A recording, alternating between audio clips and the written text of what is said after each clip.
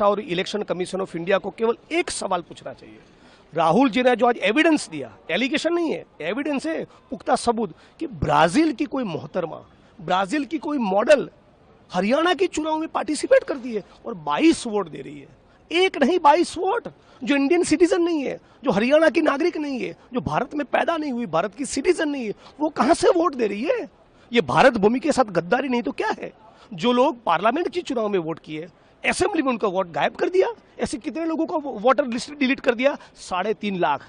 अब जो 8-10 सीट का फासला हरियाणा के चुनाव में कांग्रेस और भाजपा के बीच में रह गया, वो 22,000 वोट यदि हमारे ज्यादा आते, जो यदि वोटर गायब नहीं किए जाते तो आते, तो हरियाणा में कांग्रेस की सरकार होती। तो पूरी की पूरी सरकार की चोरी है। और मोदी और अमित शाह के आशीर्वाद के बिना मैं नहीं मानता हूं कि Gyanesh Kumar, Election Commission of India जो है, चुनाव जो मुख्य चुनाव अधिकारी, उनकी ये औकात नहीं है।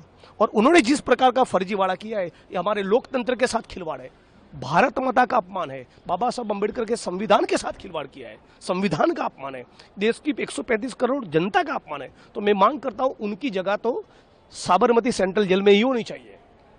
इस अरे और भी गहराई से जांच करे ना इलेक्शन कमीशन ऑफ इंडिया, जो कि शामिल है, इन्वॉल्व है इस पाप में, वो नहीं करेगा।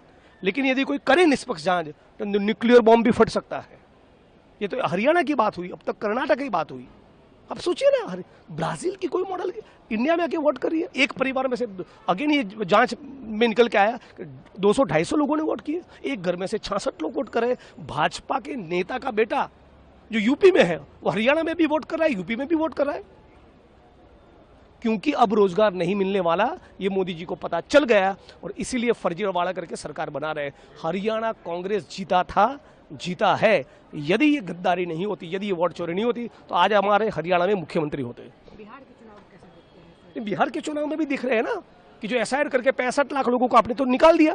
वो कौन है 65 लाख लोग? मजदूर है, मुसलमान है, पिछड़ा है, अति पिछड़ा है, दलित है, महादलित है, किसान है, छोटा व्यक्ति है ना। तो जो बेचारा प्रवासी मजदूर है, जो आरजेडी का वोटर है, जो वामपंथ का वोटर है, जो कांग्रेस का वोटर है, जो महागठबंधन का वोटर है, उनको चिन्हित करके, टारगेट करके एक सुआयोजित षड्यंत्र के भागरूप उनको डिलीट कर दिया। 65 लाख लोग, तो ये तो खिलवाड़ है।